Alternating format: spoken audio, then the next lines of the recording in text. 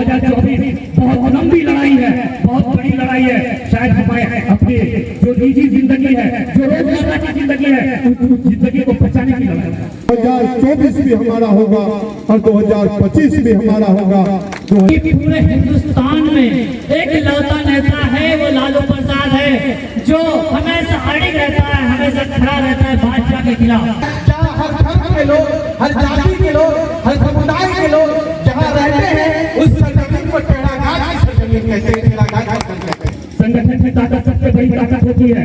इस ताकत के आगे कोई विधायक और कोई सांसद या कोई मंत्री नहीं होता है। मैं आपको बताना चाहता हूँ कि आप अपनी ताकत को पहचानिए, अपनी अहमियत को पहचानिए, अपनी वजूद को पहचानिए। तो हम लोग ऐसी पार्टी को मजबूत करेंगे जो पार्टी हम सबों की हिमायत कर रहे हैं, जो हम सबों के लिए लड़ रहे हैं। ऐसी पार्टियां आपको गिने चुने मिलेंगे पूरे हिंदुस्तान में, और उसमें सबसे मजबूत पार्टी जो हम सबों के लिए हमेशा लड़ते आ रहा है, जो भाजपा के साथ कभी हाथ मिलाने का काम नहीं किया, वो है राष्ट्रीय जनता दल, वो है लालू प्रसाद यादव। जब किशनगंज जिला से या कहीं से भी कोई नेता आता है, जब तक आप बैठ के उसको सुनने की कैपेसिटी नहीं रख सकते हैं, तो आप नेता से उम्मीद मत रखिए। मुझे दूसरी बार किशनगंज जिला अध्यक्ष अल्पसंख्यक प्रकोष्ठ का बनाया गया।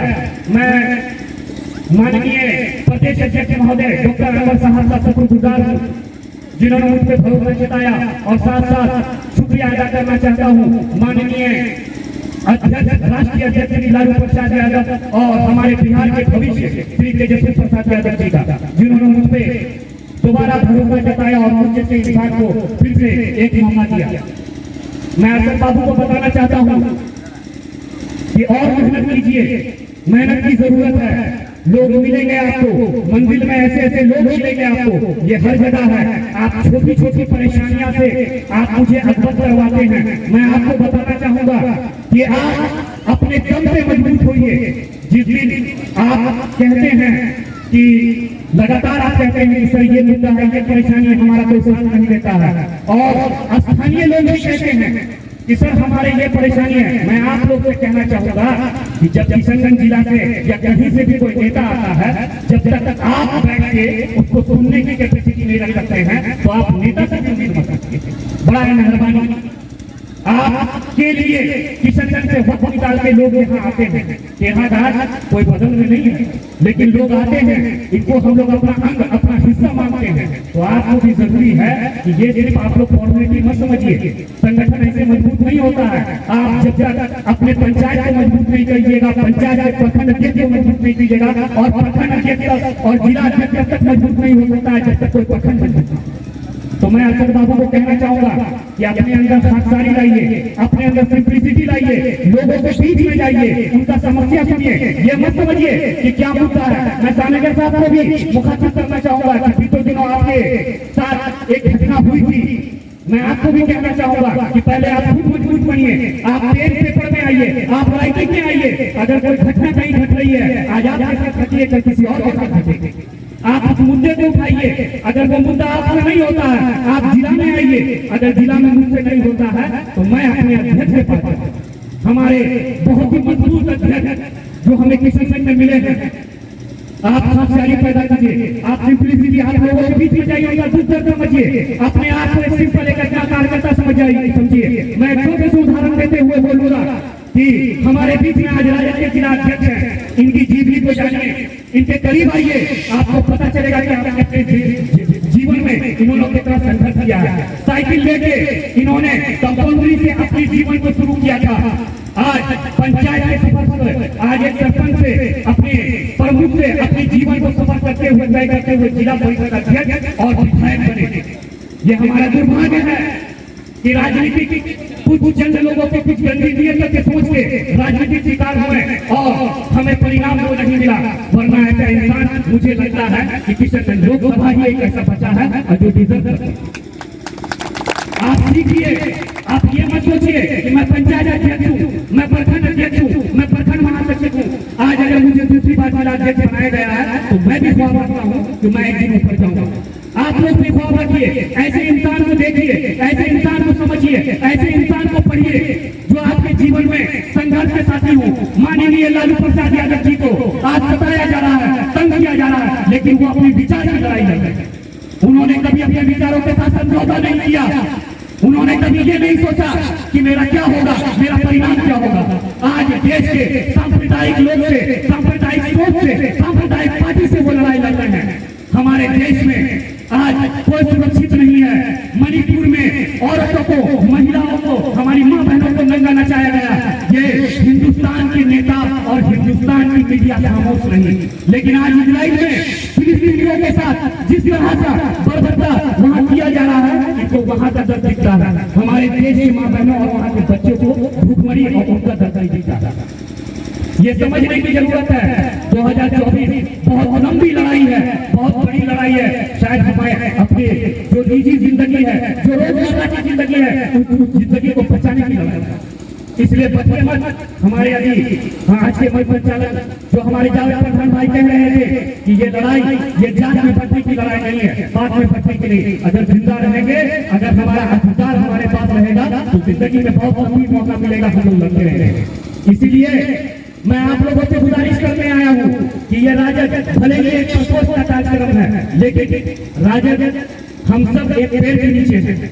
जिस तरह से लालू यादव एक बड़े पेड़ हैं और 17 शाखाएं पूरे जिला में है, पूरे बिहार में है, वैसे किशनगंज में माननीय कमल हुदा साहब एक पेड़, एक गाछ है। हम लोग उनके साथ हैं। अरशद बाबू को मजबूत कीजिए। ये मत सोचिए कि आपके बीच में कोई आएगा। जो आपके बीच में, आपको लेके आपके बीच में एक मौका आया है, आप उनको मजबूत कीजिए। और कोई भी समस्या हो, आपके अध्यक्ष यहाँ आपके बीच में मौजूद हैं, मैं मौजूद हूँ, और भी जिला संसद से मौजूद हैं लोग। आप उनका नंबर लीजिए, उनसे स्वयं संपर्क में रहिए। मुझे उम्मीद है कि आप कभी निराश नहीं होंगे। संगठन की ताकत सबसे बड़ी ताकत होती है। इस ताकत के आगे कोई विधायक और कोई सांसद या कोई मंत्री नहीं होता है। माननीय तेजस्वी प्रसाद यादव ने कहा कि जिला अध्यक्ष जिस जिला में होंगे, हमारे मंत्री, सांसद, विधायक सब के पीछे चलेंगे। तो आप जिला अध्यक्ष को किसी मंत्री, किसी एमएलए, किसी एमपी से कम मत। मैं आप लोगों के बीच में आज गुजारिश करके आया हूँ कि आप लोग बूथ स्तरीय कमेटी को मजबूत कीजिए, पंचायत स्तरीय कमेटी को मजबूत कीजिए, और यहाँ राजद के हाथों को इतना मजबूत कीजिए कि 2025 में 24 में इंडिया की जीत हो और 25 में पूरे राजद, पूरा किशनगंज, पूरा सीमांचल नहीं, पूरा किशनगंज रहना है। और हम अकलियतों के इलाके हैं। आपको मैं बताते चलूं कि जिस जातीय जनगणना के, आज ये जातीय जनगणना पे जो पूरी आलोचना की जा रही है, हमारे नेता ने, तेजस्वी प्रसाद यादव ने कहा था कि जिसकी जितनी हिस्सेदारी होगी उसकी भागीदारी है। मैं बताना चाहूंगा आपको कि मुसलमान बिरादरी आज बिहार की सबसे बड़ी दूसरी जाति बनकर उभरी है। 18% की हमारी आबादी है और जिसकी 70% आबादी सीमांचल में बसती है। तो आप एक बहुत बड़ा अहम भूमिका निभाएंगे लोकसभा में। मैं आपको बताना चाहता हूँ कि आप अपनी ताकत को पहचानिए, अपनी अहमियत को पहचानिए, अपनी वजूद को पहचानिए। आप वो ताकत रखते हैं, सीमांचल वो ताकत रखती है जो सरकार बनाने और बदलने के लिए अपनी हैसियत काफी है। मैं जाते जाते चंद अल्फाज, क्योंकि हम चाहेंगे कि आप मुझसे ज्यादा हमारे आज का जो कार्यक्रम है राजद अल्पसंख्यक अभिनंदन समारोह का कार्यकर्ता सम्मेलन, ये अभिनंदन समारोह कार्यकर्ता सम्मेलन क्यों रखा गया है, हम लोग इस चीज को समझना पड़ेगा। पहले इस चीज को समझते हैं, फिर हम लोग पलटने की बात करते हैं। राष्ट्रीय जनता दल जो मजबूत हुआ है आज, राष्ट्रीय जनता दल आज जो पूरे बिहार में सबसे बड़ी पार्टी है, ये कैसे बनी, क्यों बनी? इसमें सबसे ज्यादा आप सबों की भागीदारी है, आप सबों की हिस्सेदारी है। क्योंकि आप लोग कहीं न कहीं राष्ट्रीय जनता दल को मजबूत करने में अपनी हिस्सेदारी को सबसे आगे रखते हैं, इसलिए राष्ट्रीय जनता दल आज सबसे आगे है और सबसे बड़ी पार्टी है, जिसका हर अंग मजबूत हो रहा है। क्यों? क्योंकि आप लोग मजबूत कर रहे हैं, आप लोग ऊर्जा दे रहे हैं हमारे हर अंग को मजबूत होने में। चाहे वो माइनॉरिटी सेल हो, चाहे वो बुद्धिजीवी प्रकोष्ठ हो, चाहे वो पूर्व सैनिक प्रकोष्ठ हो, चाहे वो किसान प्रकोष्ठ, कोई भी प्रकोष्ठ हो, सब प्रकोष्ठ को मजबूत करने में आप सबों का हाथ रहता है। तब जाकर के एक एक प्रकोष्ठ मजबूत होता है और एक एक प्रकोष्ठ मजबूत होने के बाद राष्ट्रीय जनता दल का मेन विंग मजबूत होता है और मेन विंग मजबूत होने के बाद राष्ट्रीय जनता दल मजबूत होता है, जो पूरे बिहार में सबसे बड़ी पार्टी के रूप में आज राष्ट्रीय जनता दल काम कर रही है। ये आप सबों की हिम्मत और आप सबों की मजबूती है कि राष्ट्रीय जनता दल मजबूत स्थिति में है। राष्ट्रीय जनता दल को मजबूत करने में सबसे ज्यादा आप लोगों को हाथ रहा है। तो मैं बताते चलूं कि जो मौजूदा सरकार है, जो हालात है देश में, जो भी हालात हो रहा है जो मौजूदा सरकार जिस तरह से इस देश में जो हालात बना रहे हैं कि हम सबों के लिए बहुत ही बुरे दिन आने की संभावना हो रहा है, जिससे हम सबों को उभरना पड़ेगा, जिससे हम सबों को उठना पड़ेगा, जिससे हम सबों को निकलना पड़ेगा। इससे निकलने के लिए आप लोगों के पास तो ऑप्शन नहीं है। इससे निकलने के लिए जो हम सबों के बीच जो बड़ी बड़ी पार्टियां हैं उन सबको हमको मजबूत करना पड़ेगा, तब जाकर के इस सरकार से हम लड़ सकते हैं, तब जाकर के इन महंगाई से, बेरोजगारी से, जो महिलाओं के साथ जो पीड़ित हो रहा है, जो दुर्व्यवहार हो रहा है, उनसे हम लड़ सकते हैं। तब लड़ सकते हैं जब हम लोग ऐसी पार्टी को मजबूत करेंगे जो पार्टी हम सबों की हिमायत कर रहे हैं, जो हम सबों के लिए लड़ रहे हैं। ऐसी पार्टियां आपको गिने चुने मिलेंगे पूरे हिंदुस्तान में, और उसमें सबसे मजबूत पार्टी जो हम सबों के लिए हमेशा लड़ते आ रहा है, जो भाजपा के साथ कभी हाथ मिलाने का काम नहीं किया, वो है राष्ट्रीय जनता दल, वो है लालू प्रसाद यादव, जो जेल जाना पसंद किया, जो जेल में रहना पसंद किया, लेकिन भाजपा के साथ कभी हाथ मिलाने का या भाजपा के साथ कभी सरकार बनाने का लालच नहीं किया। अगर वो चाहते तो तेजस्वी यादव आज मुख्यमंत्री होते, और उनके ऊपर जितने भी इल्जाम है, जितने भी घोटाले के आरोप है, सबके सब खत्म हो जाते, और वो आज एक गद्दी में बैठ के रहते, मुख्यमंत्री के रूप में उनका बेटा मुख्यमंत्री रहता, और भाजपा के साथ मजबूती के साथ सरकार चलाते, जैसे मर्जी वैसे सरकार चलाते। लेकिन ऐसा नहीं कर रहे हैं, क्यों? क्योंकि वो आपके हित के बारे में सोच रहे हैं, हमारे हित के बारे में सोच रहे हैं, हमारे भविष्य के बारे में सोच रहे हैं, हमारे बच्चों के भविष्य के बारे में सोच रहे हैं, बिहार के बारे में सोच रहे हैं, बिहार के भविष्य के बारे में सोच रहे हैं। इसलिए भाजपा के साथ हाथ नहीं मिला रहे हैं, भाजपा के साथ कंधे से कंधा नहीं मिला रहे हैं, ताकि आपका भविष्य नहीं रहे, बिहार का भविष्य नहीं रहे, बिहार का भविष्य उज्जवल हो, यहाँ के युवाओं का भविष्य उज्जवल हो, यहाँ के युवाओं को रोजगार मिले, यहाँ के युवाओं को सम्मान मिले, यहाँ के महिलाओं को सम्मान मिले, यहाँ के महिलाओं को हर तरह से मजबूती मिले, ताकि हमारा बिहार आगे बढ़े, हमारे बिहार के युवा आगे बढ़े, हमारे बिहार के महिलाएं, हमारे बिहार के जो बुजुर्ग हैं उनको इज्जत मिले, उनको सम्मान मिले, उनको जरूरत के समय वृद्धा मिले, उनको जरूरत के समय हर समय जो जरूरत होती है जो सरकार से होना चाहिए वो मिले। इसके लिए वो लड़ाई लड़ रहे हैं। ये जो साजिश की जाती है लालू प्रसाद के खिलाफ और तेजस्वी प्रसाद के खिलाफ, ये क्यों की जा रही है? क्योंकि पूरे हिंदुस्तान में एक लौता नेता है, वो लालू प्रसाद है, जो हमेशा अड़िग रहता है, हमेशा खड़ा रहता है भाजपा के खिलाफ। इसलिए उसके पीछे हमेशा ईडी, सीबीआई, उनके नेताओं के पीछे ईडी, सीबीआई लगा दी जाती है, ताकि राष्ट्रीय जनता दल में जो भी मजबूती के साथ खड़ा हो उनको नीचे गिरा दिया जाए, उनको डाउन किया जाए, ताकि भाजपा की जो मंशा है वो पूरी हो। लेकिन हमारे जो नेता है वो बिल्कुल लीडर है, जो आपके लिए हमेशा लड़ने का काम करते आ रहे हैं, वो हमेशा आपके लिए खड़ा होते आ रहे हैं, वो हमेशा आपके लिए खड़ा रहेगा, वो हमेशा आपके लिए एक कंधा से कंधा मिला करके आपके लिए, आपका कंधा से कंधा मिला करके आपके लिए खड़ा रहता है, आपके लिए लड़ता है, आपके युवाओं के लिए, आपके बेटे के लिए, आपके बेटे जो बेरोजगार है उनके लिए लड़ता है, उनको रोजगार देने के लिए लड़ता है, उनको रोजगार देता भी है। जब से राजद की सरकार आई है तब से बिहार में रोजगार का भूचाल आया है। आप देख रहे हैं कितने सारे हमारे जो दूसरी जगह की बात नहीं, हमारे गांव से, हमारे समाज से बहुत सारे युवाओं को रोजगार मिल रहा है। अब शिक्षक बहाली में बहुत सारे भाई, बहुत सारे साथी आपका शिक्षक बनने के लिए जा रहा है, बीपीएससी में पास करके और बिहार में पास करके शिक्षक बनने के लिए जा रहा है। इसी तरह स्वास्थ्य विभाग में हमारे तेजस्वी जी ने बहुत सारे रोजगार देने का काम किया है। इस तरह के बहुत सारे रोजगार दे रहे हैं, बहुत सारे काम हो रही है बिहार में, जो राजद की सरकार आने के बाद हो रही है। इसी तरह से हिंदुस्तान में एक अच्छी सरकार आने की जरूरत है, जिससे हम सबों को निजात मिले। ये जो भाजपा की सरकार है जिससे हम लोग परेशान है, बेरोजगारी की जो मार खेल रहे हैं, गैस का दाम देखिए पूरा आग बबूला हो रहा है, पेट्रोल का दाम देखिए आग बबूला हो रहा है, कपड़ों का दाम देखिए कहां से कहां जा रहा है। स्पोर्ट में जो काम हो रहा था, जो हमारे यहाँ के जो भाई दिल्ली में, पंजाब में काम कर रहे थे सिलाई का या कटिंग के जो भी काम कर रहे थे, उसमें भी बहुत सारा परेशानियां आ रहा है, क्योंकि एक्सपोर्ट और इम्पोर्ट का काम नहीं हो रहा है। क्यों? क्योंकि ये सरकार नहीं चाह रही है कि यहाँ पे किसी तरह की तरक्की हो, उन्नति हो। ये सिर्फ और सिर्फ तरक्की उन्नति चाह रहा है किसी का, अडानी का और अंबानी का। ये कभी तरक्की हमारे किसान का, मजदूर का नहीं चाह रहा है। इसलिए ये जो हिटलरशाही सरकार है, बिल्कुल अंग्रेज की तरह चलाई हुई सरकार चल रही है। जिस तरह से अंग्रेज चला रही थी उसी तरह से ये मोदी और उसके जो साथी है मिल करके उसी तरह का सरकार चला रही है।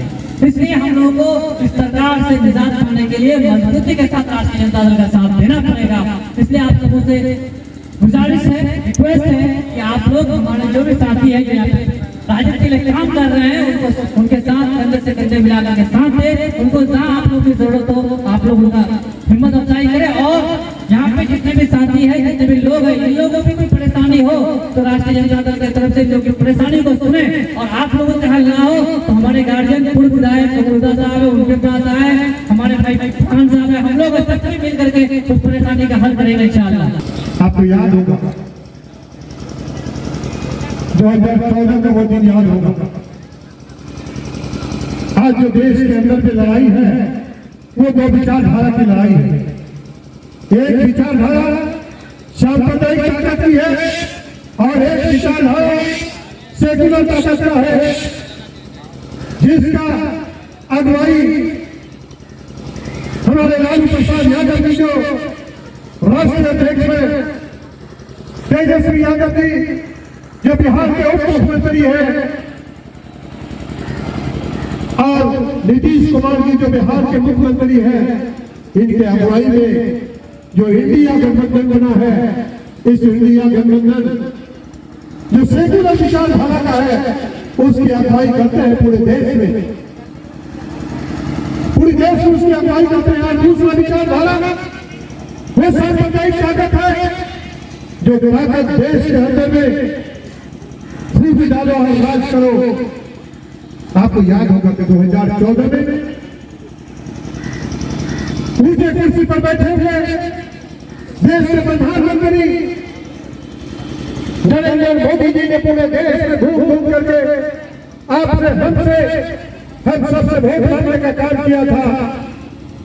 देशवासियों, सीमांचल के लोगों, बिहार के लोगों, बंगाल के लोगों, महाराष्ट्र के लोगों, यूपी के लोगों, एक बार मुझे केंद्र की गद्दी पर बैठाओ, मैं केंद्र की गद्दी पर बैठूंगा तो 2 करोड़ युवाओं को रोजगार दूंगा, हर वो व्यक्ति के खाते में 15 लाख रुपया जाएगा और किसान आत्मनिर्भर होगा। क्या किसान आत्मनिर्भर हुआ? नहीं हुआ।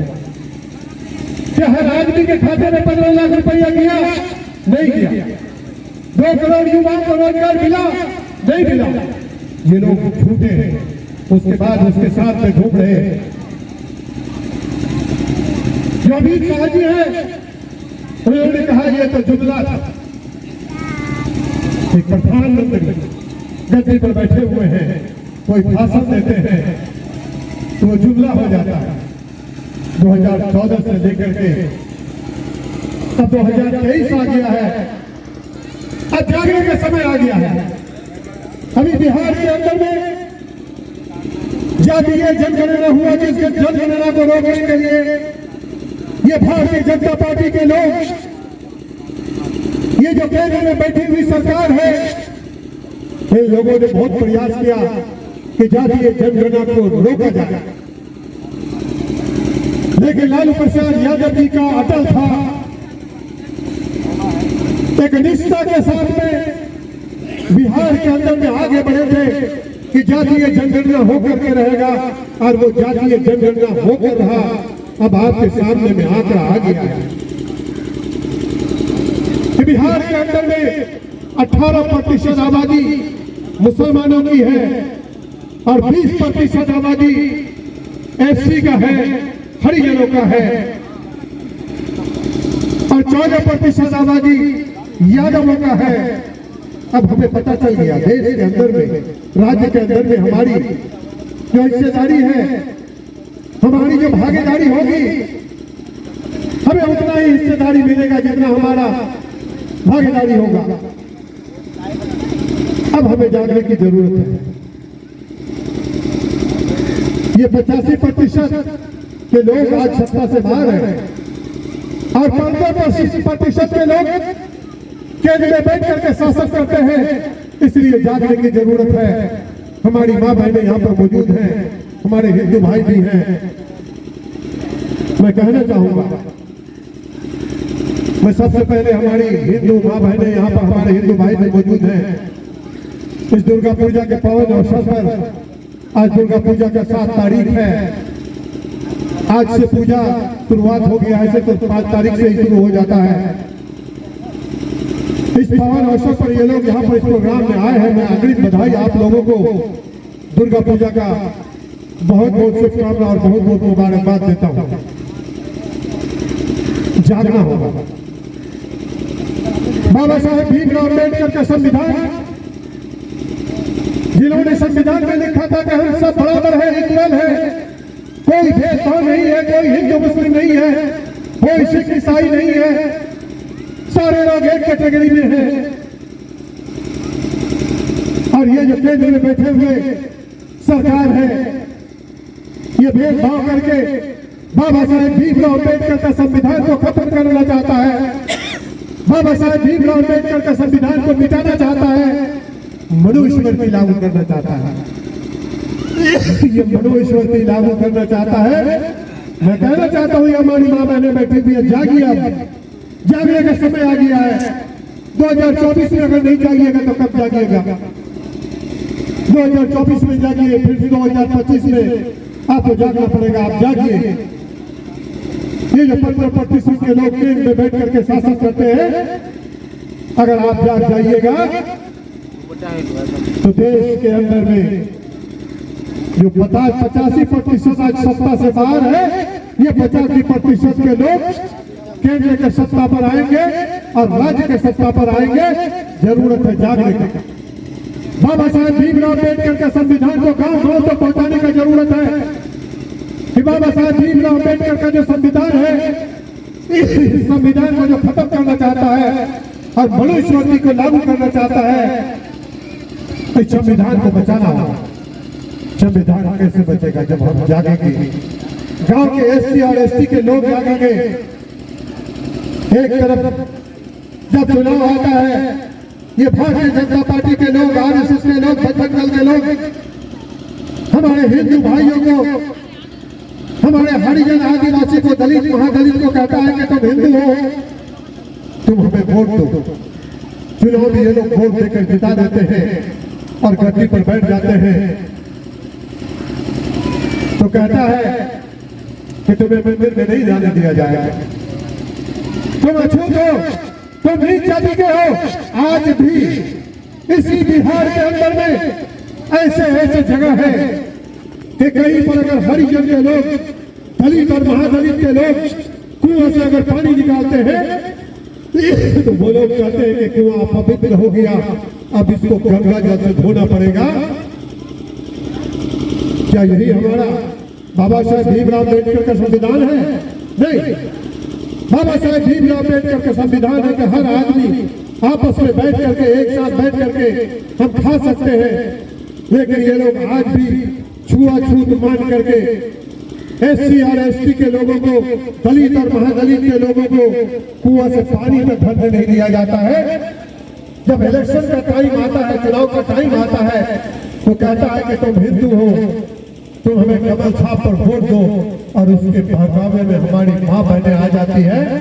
और जब वही हम मंदिर में जाते हैं तो हमें मंदिर से निकाल दिया जाता है कि ये मंदिर अपवित्र हो गया, तुम्हारे पूजा के लिए नहीं है, अब इसको गंगा जल से धोना पड़ेगा, तभी ये पवित्र होगा।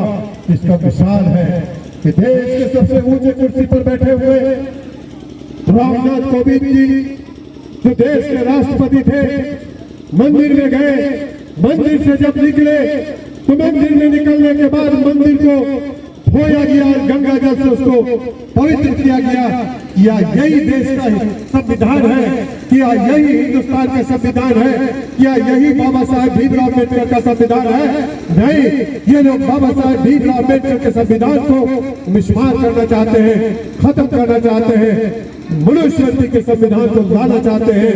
इसलिए आप सबको जागना पड़ेगा। जिस दिन आप सब जाग जाइएगा, ये जो 20% एससी, दलित और महादलित के लोग इस बिहार में हैं, अगर ये सब लोग जाग जाएंगे तो मैं समझता हूं कि वो दिन दूर नहीं होगा कि 2024 भी हमारा होगा और 2025 भी हमारा होगा।